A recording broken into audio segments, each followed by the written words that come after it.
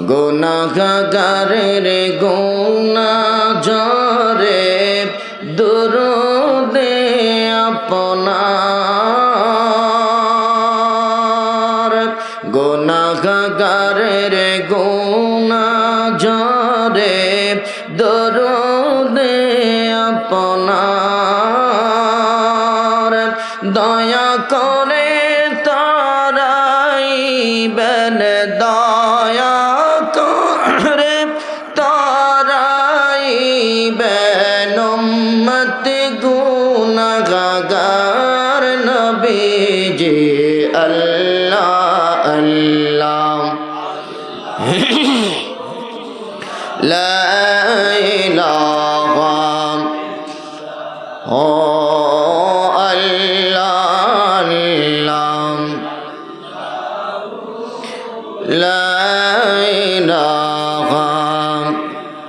রহমাতুল লিল আলামিন নবী রহমাতের ভান্ডার রহমাতুল লিল আলামিন নবী রহমাতের ভান্ডার দয়া করে তারাইবেন দয়া করে তারাইবেন উম্মত গুনাহগার নবীজি আল্লাহ আল্লাহ লা ইলাহা ইল্লাল্লাহ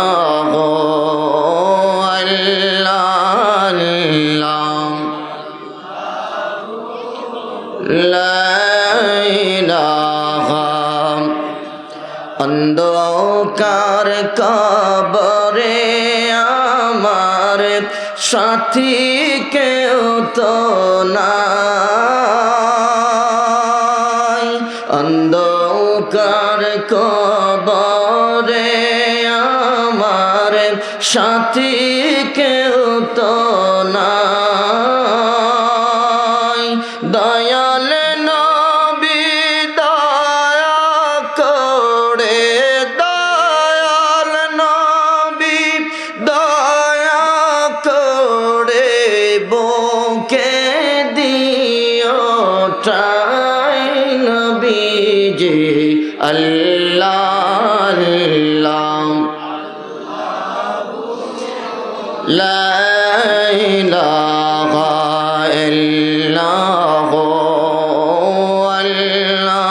ইল্লাল্লাহ লা ইলাহা হাশর মিজান পুলিশ রাতে আপন কেউ তো নাই হাশর মিজান পুলিশ রাতে আপন কেউ তো নাই দয়াল নবী দয়া করে দয়াল নবী করে বুকে দিও ঠাই নবীজি আল্লাহ আল্লাহ লা ইলাহা ইল্লাল্লাহ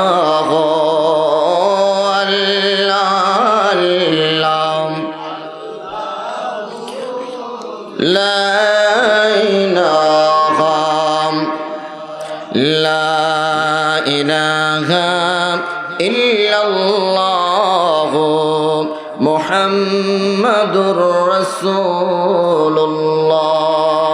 সাল্লাল্লাহু আলাইহি ওয়াসাল্লাম বালাগাল উলা বিকামালিহি কাশাফাদ দুজা বিজামালিহি حسرت جميع خصاله صلوا عليه معزز حاضرین شمس العلماء علامہ ফুলতলি সাহেব কেবলা রহমতুল্লাহ আলাইহ ও আল্লামা বিশকুটি সাহেব কেবলা রহমতুল্লাহ আলাইহ ও এলাকার সকল মুর্দেগানের ইসমাইল সাহেব উপলক্ষে 15তম বার্ষিক ওয়াজ ও দোয়ার মাহফিলের সম্মানিত সভাপতি দিগার উলামায়ে কেরাম, বিশেষ করে আজকের মাহফিলের সম্মানিত প্রধান অতিথি জনাব হযরত মাওলানা আল্লামা মুফতি গিয়াসউদ্দিন চৌধুরী সাহেব জাদাই ফুলতলি, আল্লাহ হুজুরের হায়াতের মধ্যে বরকত দান করুন, জোরে বলেন আমিন।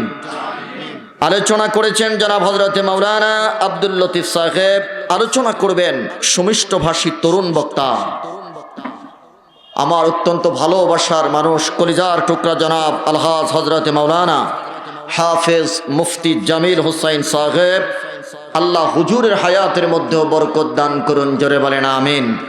আলোচনা করেছেন জনাব হযরত মাওলানা জুবাইর আহমেদ সাহেব। সামনে উপবিষ্ট দূর দূরান্ত থেকে আগত আল্লাহ প্রেমিক, নবী প্রেমিক, অলি প্রেমিক, সর্বস্তরের আমার ভাই বাবা বন্ধুরা, পর্দার অন্তরালে আমার মা ও বোনেরা, আলোচনার শুরুতে আল্লাহর দরবারে শুকরিয়া আদায় করি যিনি আমাদেরকে দুনিয়ার হাজারো ব্যস্ততা থেকে বিরত রেখে এখনো পর্যন্ত এই জান্নাতের বাগানে ধৈর্য ধারণ করে সুন্দর এবং সুশৃঙ্খলতা বজায় রেখে বসার মতন সুযোগটুকুন করে দিয়েছেন। হৃদয়ের গভীর থেকে সন্তুষ্টি চিত্তে একবার বলি আলহামদুলিল্লাহ। অসংখ্য অগণিত দরুদ এবং সালাম পাঠাবো নবী পাক নবী মুহাম্মদুর রাসূলুল্লাহ সাল্লাল্লাহু আলাইহি ওয়াসাল্লামের রওজে আতহারে, যার উসিলায় পৃথিবীতে আমরা আসতে পেরেছি, আল্লাহকে রব হিসেবে চিনতে পেরেছি, আল্লাহর পক্ষ থেকে অসংখ্য অগণিত নিয়ামত রাজি পেয়েছি, পাচ্ছি এবং পাবো। সেই নবীর উম্মত হতে পেরে আমরা খুশি না বেজার? জবান খুলে বলেন খুশি না বেজার? কলিজা থেকে আরেকবার কালিমাতুশ শুকর আদায় করে বলেন আলহামদুলিল্লাহ। বলেন আল্লাহু আকবার। আওয়াজ করে বলেন ইয়া রাসূলুল্লাহ। আমার বন্ধুরা, পবিত্র কোরআন থেকে সূরা ফুরকানের 63 নম্বর আয়াত আপনাদের সামনে আমি তেলাওয়াত করেছি। এর উপরে সংক্ষিপ্ত পরিসরে কিছু কথা বলে আপনাদের কাছ থেকে আমি বিদায় নেব। আল্লাহ আমাকে বলার, প্রত্যেককে শোনার এবং আমল করার মতো তৌফিক দান করুন, জোরে বলেন আমিন। আরো জোরে বলেন আমিন। আল্লাহ সুবহানাহু ওয়া তাআলা বলতেছেন, ও নবী আপনি বলে দেন এই জগতের মধ্যে আমার প্রিয় বান্দা যারা, তাদেরকে আপনি বলে দেন প্রিয় বান্দা কারা। আল্লাহ বলতেছেন ওয়া ইবাদুর রহমানিল্লাযীনা ইয়ামশুনা আলাল আরদি হাওনা, রহমানের বান্দা যারা, তাদের ব্যাপারে আল্লাহ একটা ঘোষণা দিয়েছেন, শুনো এই পৃথিবীতে তোমরা বা রহমানের বান্দারা অত্যন্ত বিনয় এবং নম্রতার সাথে চলাফেরা করবে। সুবহানাল্লাহ বলেন, আরো জোরে বলেন না সুবহানাল্লাহ। কে বলতেছেন? একটু জবান খুলে বলেন কে? কাদেরকে বলতেছেন? তার বান্দাদেরকে। আল্লাহ এখানে নিজের নামটা এভাবে বলেন নাই, ওয়া ইবাদুল্লাহ এই কথাটা বলেন নাই, বলেন নাই। আল্লাহর বান্দাদের ঘোষণা তিনি দেন নাই এই কথাটা বলে, আল্লাহর বান্দা এই কথাটা বলে তিনি ঘোষণাটা দেন নাই, বরং ঘোষণাটা দিয়েছেন কি বলে? রহমানের বান্দা যারা, রহমানের বান্দা যারা, তাদেরকে আল্লাহ বলতেছেন যে তোমরা পৃথিবীতে উগ্রতার সাথে চলাফেরা করবা না, বরং পৃথিবীতে তোমরা নম্রতার সাথে চলাফেরা করবা। সুবহানাল্লাহ বলেন। এখানে যে জিনিসগুলো লক্ষ্য করার বিষয়, সেখানে সেই জিনিসগুলো হলো, আমরা যখন আমাদের সন্তানকে অনেক সময় নাম ধরে ডাক দেই না, কি বলে ডাক দেয়? আব্বু এদিকে আসো, বলেন, বলে কি না? বাবা তার ছেলেকে কি বলে? আব্বু এদিকে আসো। তার নাম কি? আব্বু। কথা কয় না? তার নাম হয়তো একটা আছে মাহবুবুর রহমান অথবা মাহমুদুর রহমান অথবা আব্দুর রহমান অথবা আব্দুল্লাহ, কিন্তু বাবা এই নামটা উল্লেখ করেন নাই। আদর করে ভালোবাসার সাথে ডাক দিলেন কি? আব্বু। সন্তান বুঝতেছে যে আব্বু তো তার বাবারে ডাক দেয় না, বরং আমারে ডাক দেয়। কথা বলেন ঠিক কিনা? যেমন আমার বাবা এখনো পর্যন্ত আমাকে আব্বু বলেই সম্বোধন করে। আমার মেয়েরা মাঝে মাঝে বলে যে তুমি আব্বুকে আব্বু বলো কেন, উনি তো আমাদের আব্বু, তোমার আব্বু তো না। দাদার সাথে নাতিন বা নাতিরা একটু হিংসুটে ভাষায় কথা বলে। তো আমার আব্বু বলে আগে আমার আব্বু হয়েছে, পরে তোমাদের আব্বু হয়েছে। যেই জিনিসটা বুঝানোর জন্য আমি সেদিকে গেলাম সেটা হলো এই যে আল্লাহ আদর করে বলতেছেন, আল্লাহর বান্দা এটা বলেন নাই, বলেছেন রহমানের বান্দা যারা তাদের ব্যাপারে আমি বলতেছি শোনো, এই পৃথিবীতে উগ্র ভাব নিয়ে চলা যাবে না, এই পৃথিবীতে উশৃঙ্খল মনোভাব নিয়ে চলাফেরা করা যাবে না, বরং পৃথিবীতে আল্লাহর বান্দা মানে রহমানের বান্দারা পৃথিবীতে চলাফেরা করবে বিনয় এবং নম্রতার সাথে। চিল্লা এখন সুবহানাল্লাহ। বিনয় এবং নম্রতার সাথে চলাফেরা করার বলেন নির্দেশ কার? আরো জোরে বলেন নির্দেশ কার? আমার বন্ধুরা, আমার বাবারা, যেই জিনিসটা আমি সূচনাতে আপনাদের মেমোরির মধ্যে দিতে চাচ্ছি সেটা হলো এই, আল্লাহ কেন ইবাদুর রহমান বললেন, রহমানের বান্দারা শোনো। আমার আল্লাহ কথাটা দিয়ে মায়ার একটা ডাক দিয়ে বুঝাইলেন, বান্দা তোরে আমি এত ভালোবাসি, তোরে আমি এত মোহাব্বত করি, যেই ভালোবাসা পৃথিবীর কেউ তোরে কোনোদিন দিতে পারবে না। সুবহানাল্লাহ বলেন। ইরে বান্দা, এত মোহাব্বত করি তোকে, এত ভালোবাসতেছি তোকে, তোর মা কোনোদিন তোরে এই ভালোবাসা দিতে পারবে না, তোর বাবা কোনোদিন তোরে এই ভালোবাসা দিতে পারবে না, তোর সন্তানরা কলিজার টুকরা সন্তানরাও কোনোদিন তোরে এই ভালোবাসা দিতে পারবে না। কথা বলেন ঠিক কিনা? প্রশ্ন করলাম, আল্লাহ কতটুকুন ভালোবাসা, কতটুকুন মোহাব্বত তুমি আমাদেরকে দাও, কতটুকুন ভালোবাসা উজাড় করে দিয়ে তুমি আমাদেরকে মোহাব্বত করো, আমরা জানতে চাই। আমার আল্লাহ ডাক দেয়া বলে, বান্দা আমার ভালোবাসাটাকে, আমার মোহাব্বতটাকে, আমার দয়াটাকে আমি 100 টুকরায় ভাগ করলাম, 99 ভাগ ভালোবাসা নিজের কাছে রেখে দিলাম, আর 1 ভাগ ভালোবাসা টুকরা টুকরা করে তামাম পৃথিবীর জীব জানোয়ারের মধ্যে বন্টন করে দিয়েছি। সুবহানাল্লাহ বলেন। জাআলাল্লাহুর রহমান, আল্লাহ তার রহমতটাকে, দয়াটাকে, ভালোবাসাটাকে 100 ভাগে বন্টন করলেন।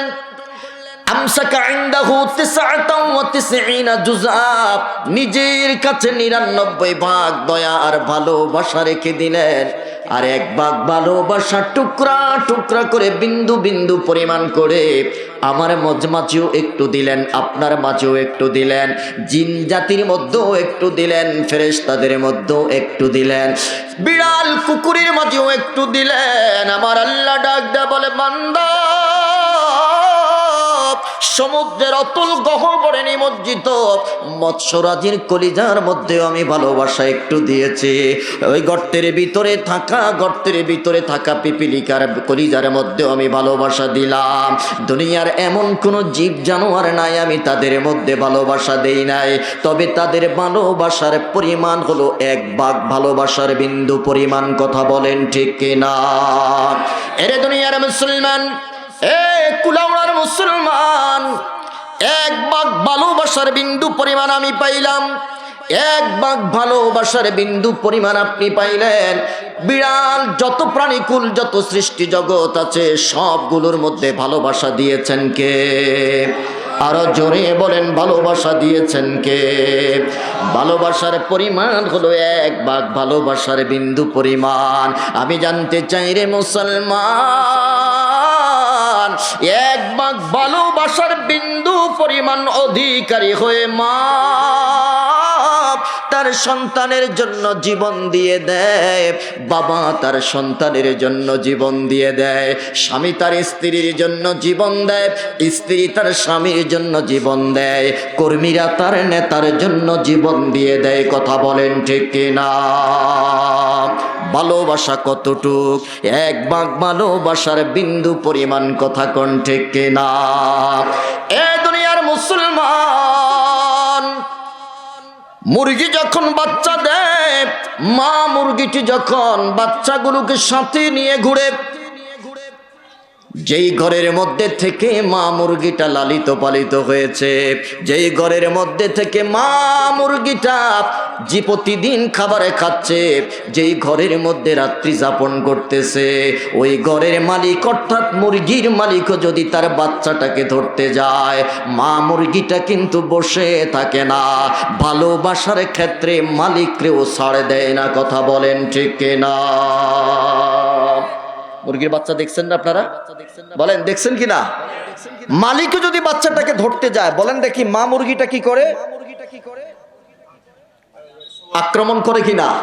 তার মানে ভালোবাসার ক্ষেত্রে কোনো কম্প্রোমাইজ নাই। এবার আমি আপনাদেরকে প্রশ্ন করতে চাই, বলেন মুরগির ভিতরে ভালোবাসা কতটুকুন? এক ভাগ ভালোবাসাকে বিন্দু পরিমাণ আলাদা করে মুরগির ভিতরে আমার আল্লাহ একটু দিয়ে দিয়েছেন। কথা বলেন ঠিক কিনা? যদি আকাশের চিল অথবা আকাশের কাক ওই মুরগির বাচ্চার উপরে যদি ঝাঁপ দেয়, আক্রমণ করে, মা মুরগিটা নিজের জীবনের কথা ভুলে যায়, নিজের জীবনের কথা ভুলে গিয়ে ভালোবাসার টানে ওই বাজ পাখি অথবা চিল পাখি অথবা কাক পাখির পিছনে পিছনে দৌড়াইতে থাকে, যতক্ষণ পর্যন্ত না নিজের বাচ্চাটাকে ছিনিয়ে আনতে পারে। চিল্লায়া বলেন ঠিক কিনা? নিজের জীবনের কথা ভুলে যায়, নিজের জীবনের মায়া ভুলে যায়। এর মুসলমান আমি জানতে চাই, বলেন দেখি ভালোবাসা কতটুক? এক ভাগ ভালোবাসার বিন্দু পরিমাণ। কথা বলেন ঠিক কিনা? এই বিন্দু পরিমাণ ভালোবাসার পাওয়ার যদি এতটুকুন হয় যে মানুষ নিজের কথা ভুলে যায়, নিজের মায়া ভুলে যায়, অপরের জন্য জীবন দিয়ে দেয়। এবার আমি জানতে চাই, বলেন দেখি আল্লাহর কাছে কতটুকুন ভালোবাসা আছে? জোরে বলেন কত ভাগ? 99 ভাগ ভালোবাসা আল্লাহর কাছে। আমার আল্লাহ ডাক দেয়া বলে, বান্দা এক ভাগ ভালোবাসার তাড়নায় তোমরা একে অপরের জন্য জীবন দিয়ে দাও। এক ভাগ ভালোবাসার পাওয়ার যদি এতটুকুন হয় রে বান্দা, আমি মাওলায় পাকের কাছে 99 ভাগ ভালোবাসা আছে। এবার প্রমাণ করো, এবার বুঝো আমি মাওলার ভালোবাসার পাওয়ার তোমার প্রতি কত বেশি। রে বান্দা, তোমার মা তোমাকে ভালোবাসা দেয় এক ভাগ ভালোবাসার বিন্দু পরিমাণ দিয়ে, তোমার বাবা তোমাকে ভালোবাসে এক ভাগ ভালোবাসার বিন্দু পরিমাণ দিয়ে, তোমার সন্তান তোমাকে মহাব্বত করে এক ভাগ ভালোবাসার বিন্দু পরিমাণ দিয়ে, আর আমি আল্লাহ, আমি রহমানুর রহিম তোমাকে ভালোবাসি 99 ভাগ ভালোবাসা দিয়ে। চিল্লায়া কোন আল্লাহু আকবার। আর জোরে বলেন আল্লাহু আকবার। আমার আল্লাহ বলেন আমাদেরকে ভালোবাসেন কম না বেশি? জোরে বলেন কম না বেশি? যেই ভালোবাসা পৃথিবীর কেউ দিতে পারবে না, যেই ভালোবাসা পৃথিবীর মানুষ কোনোদিন আমাকে দিতে পারবে না। কথা কোন ঠিক না? আপনি অবাক হয়ে যাবেন, আপনি এখনো মায়ের পেটে, আমিও এখনো মায়ের পেটে, এখনো দুনিয়াতে আসি নাই। 4 মাস 5 মাস 6 মাস আগে আমার আল্লাহ মায়ের বুকের মধ্যে আমার জন্য ইনটেক খাবারের ব্যবস্থা করেছেন। কথা কোন ঠিক না? আল্লাহু আকবার বলেন। আমার আল্লাহ ডাক দেয়া বলে, বান্দা তুই মায়ের পেটে একটা জমাট রক্ত ছিলি, এটাকে আমি গোশত পিণ্ডে পরিণত করলাম, এটার ভিতরে রূহ দিলাম, তিলে তিলে করে 10টা মাস ধরে তোর বডিটা আমি সাজাইলাম রে বান্দা। তোর চেহারার মধ্যে দুনিয়ার কাউকে হাত লাগাইতে দেই নাই, তোর চেহারার মধ্যে কোনো ফেরেশতার হাত আমি লাগাইতে দেই নাই। এরে বান্দা, দয়া বড় দয়া করে, বড় মায়া করে আমি আল্লাহ ডিজাইনার হয়ে তোর চেহারাটা আমি সাজাইছি। চিল্লায়া বলেন আল্লাহু আকবার। এরে বান্দা, তোর বডির ভিতরে যেদিন আমি রূহ দিয়েছিলাম তোর মায়ের খবর ছিল না, যেই মায়ের জন্য তুই জীবন দিতে প্রস্তুত তোর মাও তোর জন্য জীবন দিতে প্রস্তুত। তোর রূহ যেদিন আমি তোর ভিতরে দিলাম সেদিন তোর মায়ের খবর ছিল না, তোর বাবার খবর ছিল না, মসজিদের ইমামের কোনো খবর ছিল না, সমাজপতিদের কোনো খবর ছিল না, যেই নেতার স্লোগান দাও ওই নেতারও কোনো খবর ছিল না। আমি আল্লাহ বড় মায়া করে ভালোবাসা দিয়ে তোরে পৃথিবীর অমূল্য একটা সম্পদ তোর ভিতরে সেট করে দিয়েছি। চিল্লায়া কোন সুবহানাল্লাহ। বলেন বলেন আল্লাহু আকবার বলেন। এটার নাম হলো রূহ, এটার নাম হলো জীবন। আজও পর্যন্ত পৃথিবীর কোনো মার্কেটেই জীবন কিনতে পাওয়া যায় না। কথা বলেন ঠিক কিনা? আপনাদের সিলেটে মনে হয় এই জীবনটা কিনতে পাওয়া যায়। বলেন বলেন পাওয়া যায়? বাংলাদেশের কোনো শপিং মলে এই জীবনটা কিনতে পাওয়া যায়। পৃথিবীর কোনো মার্কেটে জীবন নামক নিয়ামতটা কিনতে পাওয়া যায় না। পৃথিবীর কোনো মানুষ এটাকে বানাইতেও পারে না। পৃথিবীর কোনো মানুষ এটাকে কোনো দিন আঁকড়েও ধরতে পারে না। পৃথিবীর কোনো পাওয়ারফুল ম্যান, কোনো পাওয়ারফুল নেতা এই জীবনের উপরে খবরদারিতাও চালাইতে পারে না। চিল্লায়া বলেন ঠিক কিনা? এবারে বলেন জীবনের মালিক কে? আরো জোরে বলেন জীবনের মালিক কে? আমার আল্লাহ ডাক দিয়ে বলে, বান্দা 99 ভাগ ভালোবাসা দিয়ে আমি তোমাকে এত বড় একটা নিয়ামত দিলাম, যেই নিয়ামত পৃথিবীর কোনো মার্কেটে পাওয়া যায় না, যেই নিয়ামতের উপরে পৃথিবীর কোনো খবরদারিতা চলে না। আওয়াজ করে বলেন এই জীবনের উপরে খবরদারিতা চলে কার? আরো জোরে বলেন কার? অশেষ অসীম অনুপম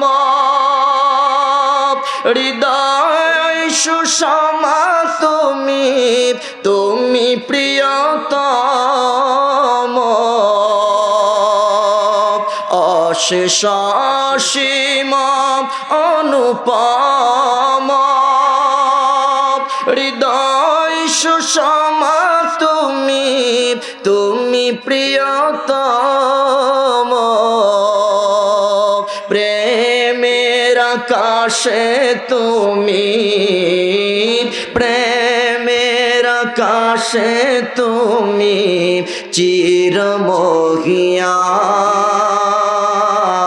চিরমহিয়ান, তুমি রহমান, তুমি মেহেরবান, তুমি রহমান, তুমি মেহেরবান। কখনো তোমাকে যদি ভুলি, হিদায়েতের আলো জ্বেলে নিও কাছে তুলি। কখনো তোমাকে যদি ভুলি, হিদায়েতের আলো জ্বেলে নিও কাছে তুলি। ঠাই দিও প্রিয়তম, ঠাই দিও প্রিয়তম, ও গো দয়াবান, তুমি রহমান, তুমি মেহেরবান, তুমি রহমান, তুমি মেহেরবান। জোরে বলেন মারহাবা। ইরি বান্দা আমার আল্লাহ ডাক দিয়া বলেন 99 ভাগ ভালোবাসা দিয়ে আমি তোরে এত মায়া করে এত যতন করে পৃথিবীতে এই জীবনে তোরে লালন পালন করতেছি রে বান্দা। আমার একটা নিয়ামতের শুকরিয়া, একটা নিয়ামতের শুকরিয়া যদি তুই আদায় করতে চাস, তোর জীবনের প্রদীপটা শেষ হয়ে যাবে, নিভে যাবে। আমার একটা নিয়ামতের শুকরিয়া আদায় করে শেষ করতে পারবি না। বলেন আল্লাহু আকবার বলেন। মালিক কে? এর দুনিয়ার মুসলমান, প্রতিদিন একটা মানুষ প্রায় 3 লক্ষ টাকার অক্সিজেন গ্রহণ করে। আল্লাহু আকবার বলেন। কোনদিন একটা টাকা আমার আল্লাহকে বিল পরিশোধ করতে হয় নাই। দিনের বেলায় রিজিক অন্বেষণ করার জন্য, কর্ম করার জন্য মাথার উপরে প্রতিদিন একটা লাইট সেট করে দিয়েছে। কোনোদিন একটা টাকা আমার আল্লাহকে বিল পরিশোধ করা লাগে নাই। কথা বলেন ঠিক কিনা? এ দুনিয়ার মানুষ, মাটিটাকে ছিদ্র করে যদি লাউয়ের বিচিটা ঢুকিয়ে দেওয়া যায়, 1 সপ্তাহ 10 দিন 15 দিন পরে গাছ বের হয়ে যায়। ওই গাছের মধ্যে আল্লাহ পাকের নিয়ামত লাউ ধরে যায়। আমার আল্লাহ ডাক দেয়া বলে, বান্দা, এমন একটা লাউ পৃথিবীর কোনো বৈজ্ঞানিক বানাইতে পারবে না। চিল্লায়া বলেন ঠিক কিনা? আমার আল্লাহ ডাক দেয়া বলে, বান্দা, ভালোবাসা তোর প্রতি আমার হইল 99%। 99 ভাগ ভালোবাসা তোরে দিয়ে আমি তোরে পৃথিবীর জমিনে বাঁচাইয়া রেখেছি। এরে বান্দা, শুধুমাত্র কেবলমাত্র আমাকে 5 ওয়াক্ত নামাজে সেজদা দেবে, রমজান মাসের রোজা রাখবে, আর হজ ফরজ হলে হজ করবে, যাকাত যদি ওয়াজিব হয়ে যায় যাকাত দেবে। আমি মাওলায় পাকের বিধান হলো হালাল ভাবে জীবন যাপন করবে। এটাই তোর কাছে আমার একমাত্র চাওয়া। কথা বলেন ঠিক কিনা? এই হাদিস যদি নবী বয়ান করতেছেন, নবীজির সামনে বসে থাকা একজন মহিলা ডাক দেয়া বলে, নবী, আমার একটা প্রশ্ন গো নবী।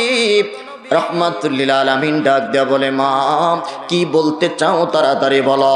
বলে যে, ইয়া রাসূলুল্লাহ, আমার কোলের মধ্যে যে সন্তানটা দেখতে পাচ্ছেন, এই সন্তানটাকে যদি আপনি অনুমতি দেন, আমি চুলার ভিতরে ঢুকায় দেব, আগুনের মধ্যে নিক্ষেপ করে জ্বালিয়ে পুড়িয়ে ছাই করে দেব। নবী আমার ডাক দেয়া বলে, মা, সত্যিকারের মা যদি তুমি দাবি করো, তাহলে নিজের সন্তানকে কেউ কোনোদিন এইভাবে আগুনে জ্বালাইতে পারে না। কথা বলেন ঠিক কিনা?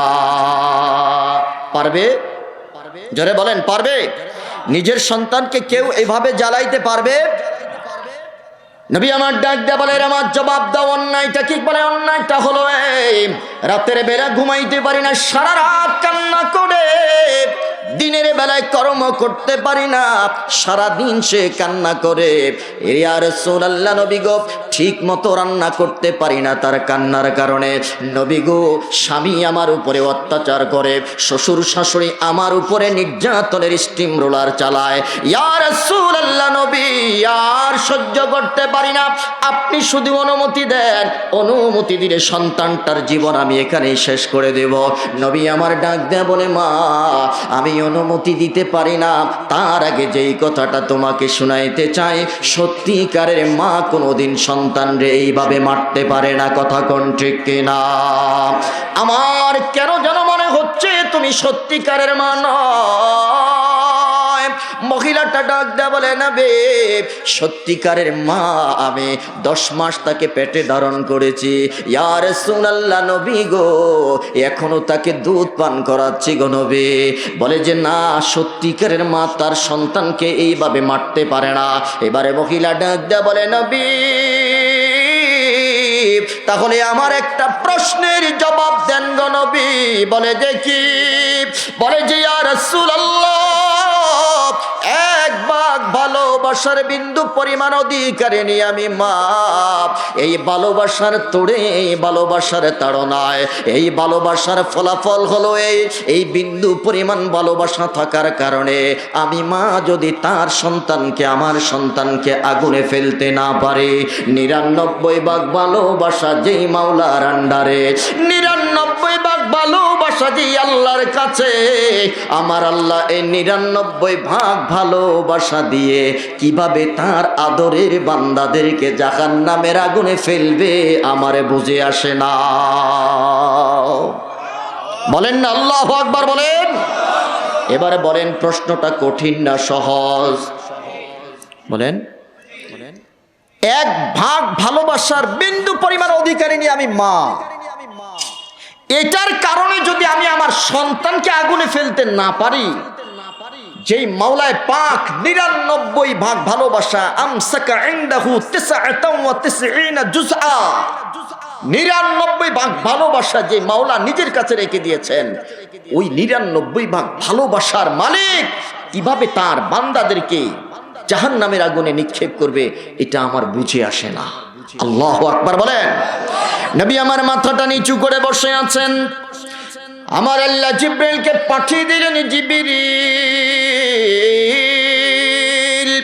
যাও, চলে যাও, আমার হাবিবকে বলে দাও, হাবিব যেন বলে দেয়, ইন্নাল্লাযীনা আমানু ওয়া আমিলুস সালিহাতি লাহুম জান্নাতুন তাজরি মিন তাহতিহাল আনহার। জোরে জোরে বলেন আল্লাহু আকবার। ইয়া রাসূলুল্লাহ, আপনি বলে দেন কিয়ামত পর্যন্ত যত বান্দা ঈমানওয়ালা মানুষ পৃথিবীতে আসবে, তাদের কাছে যেন এই মেসেজটা চলে যায়, নিশ্চয়ই যারা ঈমানদার, ঈমান আনার পরে আমলে সালেহ করবে, আমি আল্লাহ কথা দিলাম ওই ঈমানওয়ালা মানুষগুলোকে একটারও জাহান্নামের আগুনে জ্বালাবো না। জোরে জোরে বলেন আল্লাহু আকবার। এলেরে কুড়াউড়ার মানুষ, আমি জানতে চাই আমরা জান্নাত চাই কি চাই না? দুই হাত তুলে বলেন জান্নাত চাই কি চাই না? আমাদের প্রত্যেককে জান্নাতি মেহমান হিসাবে কবুল করুক। জোরে বলেন আমিন।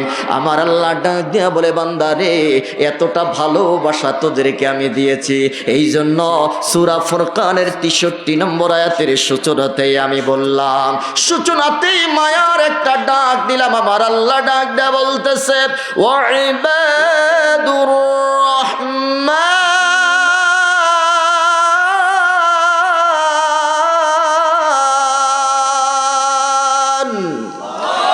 রব্বি করিম ডাক দেয়া বলে, সূচনাতে আমি মায়ার একটা ডাক দিলাম।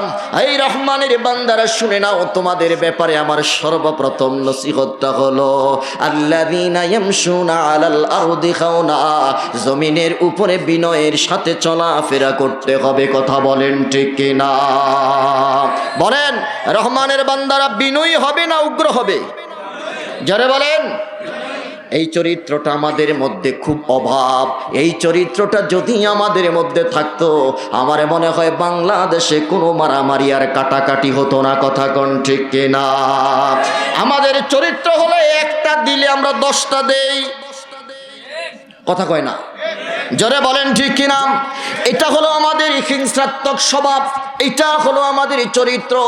আমরা শুধু গায়ে পড়ে লাগতে যাই, গায়ে পড়ে মারামারি করতে যাই, গায়ে পড়ে গালাগালি দিতে যাই, অথচ আমার আল্লাহর মাওলা পাকের নির্দেশ হলো, না না, রহমানের বান্দারা কাউকে গালি দিতে পারবে না, রহমানের বান্দারা কারো সাথে মারামারি করতে পারবে না, রহমানের বান্দারা হিংসাত্মক মূলক কোনো কথা বলতে পারবে না, রহমানের বান্দারা পৃথিবীর জমিনের মধ্যে বিনয় আর নম্রতার সাথে, নমনীয়তার সাথে চলবে। চিল্লায়া এখন সুবহানাল্লাহ।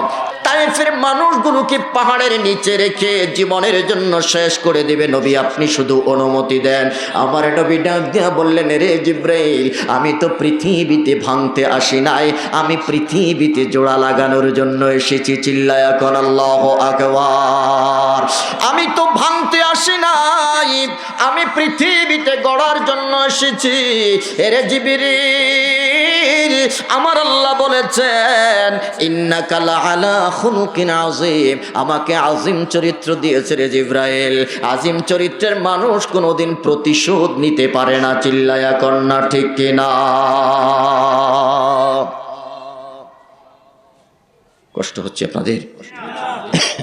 চলবে কিছু সময়। আমার বন্ধুরা, আমার বাবারা, রাহমাতুল্লিল আলামিন ডাক দেয়া বলে, জিবরিল, তায়েফের মানুষগুলোকে যদি আজকে শেষ করে দেওয়া হয়, তায়েফের মানুষগুলোকে যদি আজকে মারা হয়, আগামীকালকে কারা কালিমা পড়ে মুসলমান হবে? আমার নবী জিবরাইলকে ডাক দেয়া বললেন, জিবরাইল তুমি চলে যাও।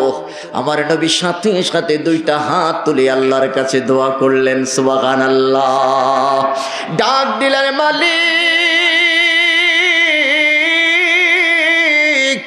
ইয়া রাব্বাল আলামিন, তায়েফের মানুষ আমাকে চিনতে পারে নাই, তায়েফের মানুষ আমাকে বুঝতে পারে নাই, তায়েফের মানুষ আমাকে মূল্যায়ন করতে পারে নাই রে মাওলা। তায়েফের মানুষ আমাকে পাথর মেরে রক্তাক্ত করেছে, আমি তায়েফের মানুষের উপরে প্রতিশোধ নিতে পারি না। আল্লাহ, তায়েফের প্রত্যেকটা মানুষকে তুমি কালিমার জন্য কবুল করে নাও। আমার আল্লাহ ডাক দেয়া বলে, নবী গো, আপনার এই রক্ত মাখা বদন নিয়ে আপনি হাত তুলেছেন, আমি আপনার দুইটা হাত, এই মুনাজাতটা আমি কবুল করে নিলাম। চিৎকার করে বলেন আল্লাহু আকবার। আমার আল্লাহ দোয়া কবুল করে নিলেন। নবীজি এখান থেকে চলে গেলেন। ফজরের নামাজ কি বাদ তায়েফের মানুষগুলো সিরিয়ালে নবীজির দরবারে এসে কালিমা পড়ে মুসলমান হতে শুরু করলো। আল্লাহু আকবার বলেন। এরে মুসলমান, ভালোবাসা দিয়ে বিশ্বটা জয় করা যায়, কথা বলেন ঠিক কিনা? ভালো চরিত্র দিয়ে পৃথিবীর সব মানুষের মন জয় করা যায়। এটাই হলো রহমানের বান্দাদের চরিত্র, এটাই হলো আখিরি জামানার পয়গম্বর নবী মুহাম্মদুর রাসূলুল্লাহর আদর্শ, কথা বলেন ঠিক কিনা? নবীজি একদিন বাজারে গেলেন। বাজারে যাওয়ার পরে এক ইহুদি নবীজির পিছন দিক থেকে রুমাল টান দিলেন।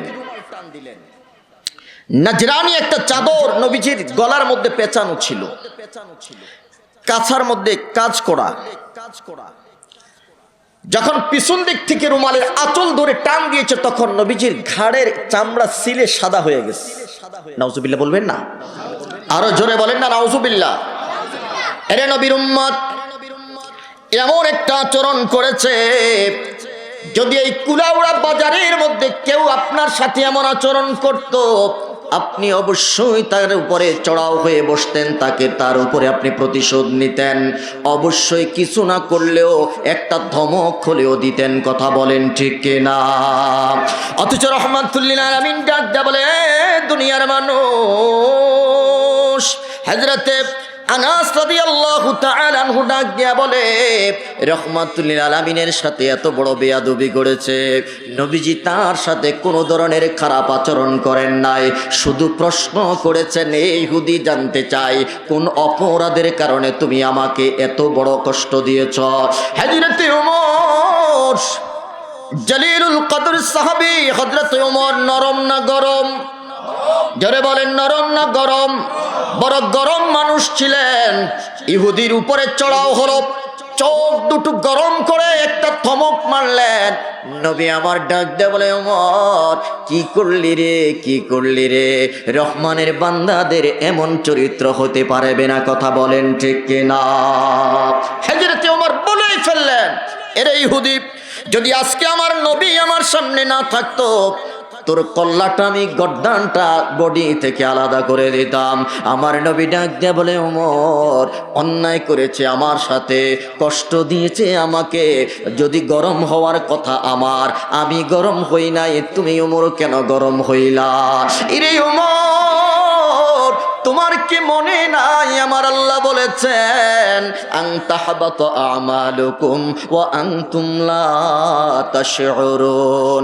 আল্লাহ এবং রাসূলের সামনে যদি সিদ্ধান্তের যদি অগ্রগামী করো, তাহলে আমার আল্লাহ তোর জীবনের সমস্ত নেক আমলগুলো জ্বালিয়ে পুড়িয়ে ভস্ম করে দিবেন। এই কথাটা বলার সাথে সাথে হযরতে ওমরের চোখ দিয়ে ঝরঝর করে পানিগুলো পড়তেছে, আর ডাক দিয়া বলতেছে, নবী আমি বুঝতে পারি নাই, আমি বুঝতে পারি নাই গো নবী, আমার জন্য একটু আল্লাহর দরবারে দোয়া করেন। জোরে জোরে বলেন আল্লাহু আকবার। আমরা তো নবী আমার যখন এই কথা শুনলেন, ডাক দিয়া বললেন, ওমর আমার কাছে বলা দরকার যাবে না, তুমি মাওলায়ে পাকের দরবারে সাথে সাথে তুমি হাত তোলো, এখনই হাত তুলে মাওলার দরবারে ক্ষমা চাও, আমার মাওলা যদি ক্ষমা করে দেয় তাহলে বেঁচে গেলা। হযরতে ওমর প্রমাণ করলেন, নবী গো আপনি একটু আগে সুপারিশ করেন, জোরে কন্যা সুবহানাল্লাহ। জাউকা ফাস্তাগফিরুল্লাহ ওয়াস্তাগফারা লাহুমুর রাসূল লাওয়াজাদুল্লাহ তাওয়াবার রহিমা। ইয়া রাসূলুল্লাহ, আপনি বলেছেন, মাওলা পাকের বাণী আমাদেরকে শুনাইলেন, আপনি যদি অপরাধীর জন্য আল্লাহর কাছে সুপারিশ করেন, আমার আল্লাহ বলে দিয়েছে আপনি সুপারিশ করলে গুনাহ মাফ করে দিবে। চিৎকার করে বলেন আল্লাহু আকবার। ইরে মুসলমান, নবীর দরবারে যাওয়ার নির্দেশ কার? আরো জোরে বলেন কার? নবীর দরবারে যাওয়ার নির্দেশ আমার আল্লাহর। সুতরাং পৃথিবীর যত হাইব্রিড মুফতি আছে, পৃথিবীর যত ডিজিটাল মুফতি আছে, তাদের ফতুয়ায় কোনোদিন কান দেওয়া যাবে না। কথা বলেন ঠিক কিনা? তারা যতই আমাদেরকে মদিনা থেকে বারণ করে, মদিনা যেতে বারণ করে আমরা শুনবো না, বরং ইমানের দাবি হলো মদিনায় যাব আমরা। কথা বলেন ঠিক কিনা? ভালোবাসার জায়গা মদিনা, ভালো লাগার জায়গা মদিনা। কথা বলেন ঠিক কিনা? বলেন ভালো লাগার জায়গা মদিনা, ভালোবাসার জায়গা মদিনা। যতই দেখি তারে তৃষ্ণা মিটে না, যতই দেখি তারে তৃষ্ণা মিটে না। সাজিয়েছেন দয়ালে রব্বানা, ভালোবাসার জায়গা মদিনা। চিল্লায়া বলেন ঠিক কিনা?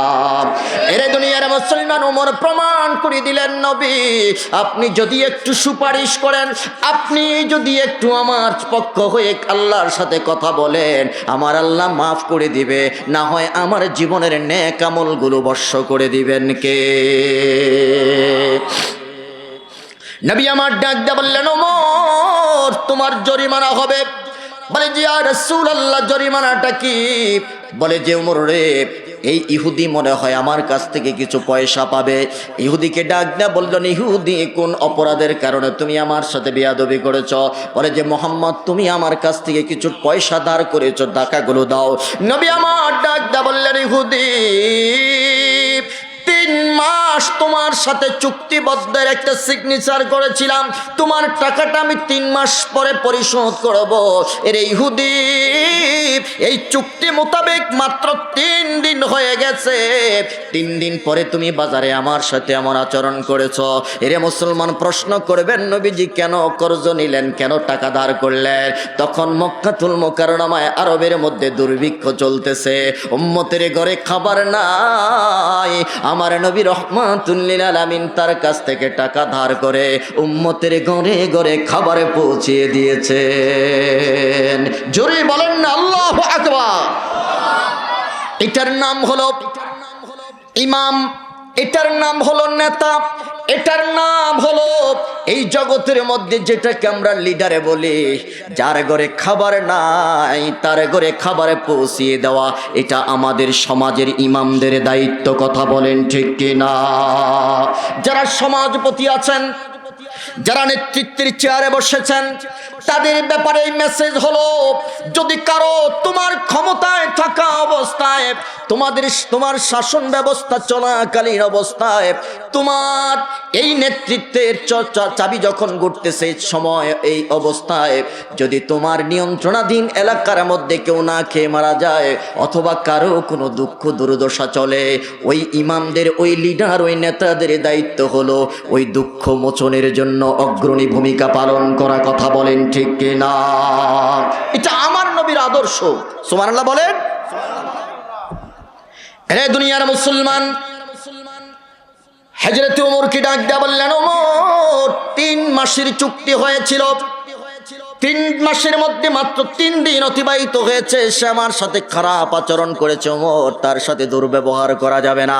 তার কারণ হলো আল্লাহ বলে দিয়েছেন, ওয়া ইবাদুর রহমান আল্লাযীনা ইয়ামশুনা আলাল আরদি হাওনা। জোরে জোরে বলেন সুবহানাল্লাহ। বলে যে কি করতে হবে রে ওমর? ওমর যেই পরিমাণ অর্থ তার কাছ থেকে আমি ধার নিয়েছিলাম এই পরিমাণ অর্থ তাকে তুমি পরিশোধ করে দিবে, এটা তোমার শাস্তি। হযরতে ওমর ইহুদিকে নিয়ে গেলেন ঘরের ভিতরে, ডাক দেয়া বললেন আব্দুল্লাহর মাকে, ডাক দেয়া বললেন আব্দুল্লাহর মা তাড়াতাড়ি খেজুরের রুমটার দরজাটা খোলো। দরজা খোলা হলো, বস্তা দিলেন যে এতটা 20টা স্বর্ণ মুদ্রার পরিমাণ, 20টা স্বর্ণ মুদ্রার যেরকম দাম হয় ওই মূল্যকে এক পাশে রেখে সম পরিমাণ খেজুর তার বস্তার ভিতরে ঢুকাই ইহুদিকে দিয়ে দাও। সম পরিমাণ খেজুর ঢুকানো হয়েছে। হযরতে ওমর বলতেছে আরো কয়টা বেশি দিয়ে দাও। ইহুদি ডাক দেয়া বলতেছে ওমর কেন তুমি আমাকে বেশি দিবা? ওমর ডাক দেয়া বলে ইহুদি আমি চাই না আল্লাহর আদালতের কাঠ গড়ায় আমাকে দাঁড়াইতে হয়।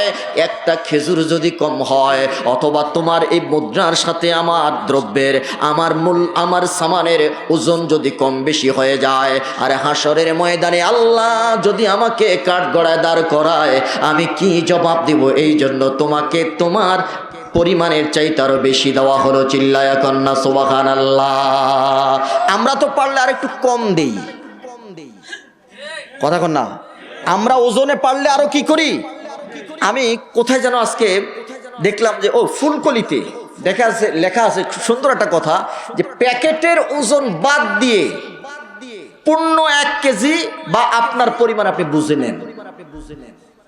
কথা বুঝেন নাই? কি বুঝাইছে এটা? তার মানে আমরা ঢাকা শহরে যে মিষ্টিটা ক্রয় করি প্যাকেটের ওজন আছে মিনিমাম 100 গ্রাম বা 150 গ্রাম। এন্ড মিষ্টির কেজি যদি মনে করেন 300 টাকা হয়, কাগজের কেজি পড়ে কত? কথা কয় না, জোরে বলেন। আমাদের চাঁদপুর ইলিশ মাছের পেটির ভিতরে লোহার কাঠি পাওয়া যায়, যে জালের কাঠিগুলো দেখছেন না? চিনেন তো আপনারা?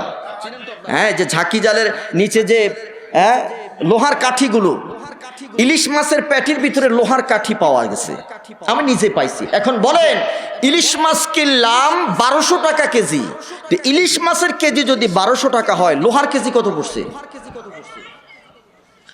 তার মানে আমার মনের বিবেকের ভিতরে একটা জিনিস নাড়া দিল, ফুলকলির এই বিষয়টা দেখে আমার ভিতরে একটা জিনিস নাড়া দিল, কোম্পানির একটা সুবুদ্ধি উদিত হয়েছে যে না, এতদিন পর্যন্ত এই দেশের ব্যবসায়ীরা যে ব্যবসা করেছে মিষ্টির কেজির হিসাব করেছে প্যাকেট সহকারে, এটা একান্তই নিতান্তই ধোঁকাবাজি ছাড়া আর কিছু নয়। কথা বলেন ঠিক কিনা?